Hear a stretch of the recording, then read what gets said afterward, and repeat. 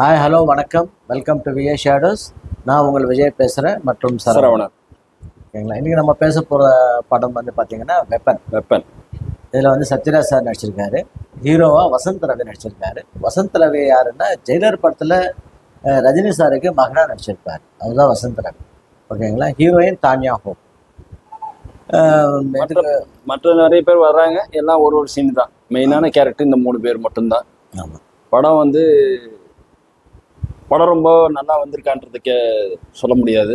ஏன்னா அவர் கதை சொன்ன விதம் மக்களுக்கு புரியுமான்றது ரொம்ப சந்தேகம் தான். ஏன்னா ஒரு ஃப்ளாஷ்பேக்கில் எல்லாமே மாறி மாறி சொல்கிறதுனால அந்த கதையை சரியாக புரிஞ்சிக்கிற அளவுக்கு ரொம்ப அதிபுத்திசாலியாக இருக்கணும்னு நினைக்கிறேன்.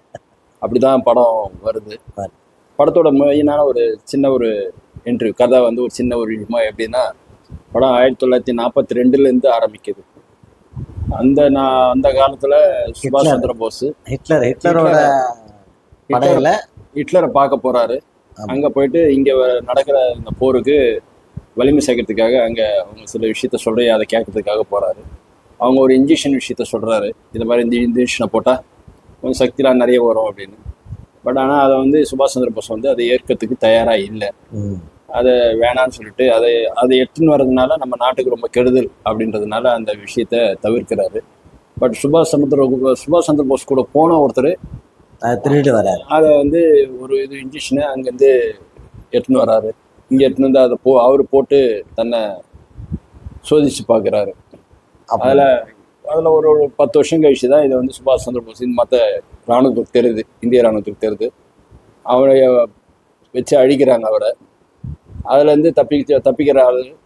அதுக்கப்புறம் என்ன நடக்குதுன்றது தான் கதை. அந்த இன்ஜெக்ஷனால் வர விளைவுகள் என்ன அப்படின்றது தான் கதை. அதை எப்படி முறியடிக்கிறாரு ஹீரோ அப்படின்றது தான் கதை. இதுதான் விஷயம்.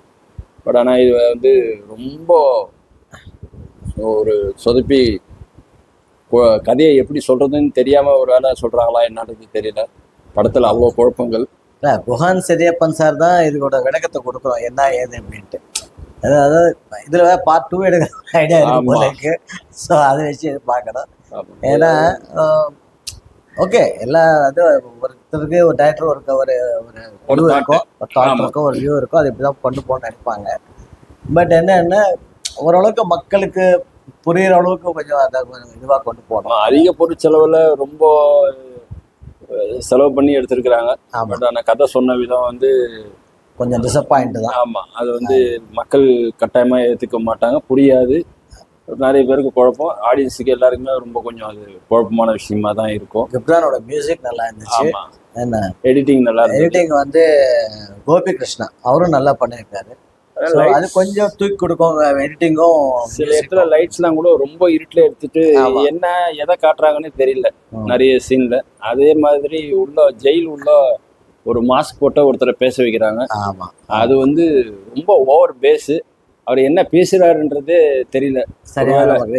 ஒருவேளை நாங்கள் பார்த்த தேட்டரில் அந்த மாதிரி இருந்ததான்றது புரியல. பட் மற்ற தேட்டர்லயும் அப்படிதான் இருக்கும். அது இல்லை, பொதுவாக அப்படிதான் இருக்கும். ஏன்னா அது எடுத்த விதமே டைலாக் பேஸ் வாய்ஸ் வந்து பேசுறது அவர் என்ன சொல்றாருன்றது சரியா கேட்கல தியேட்டர்ல. அந்த அளவுக்கு தான் இருக்கு. இதெல்லாம் மைனஸ். ஓவராலாக பார்த்தேன்னா வெப்பன் வெடிக்கல. அதுதான் உண்மை.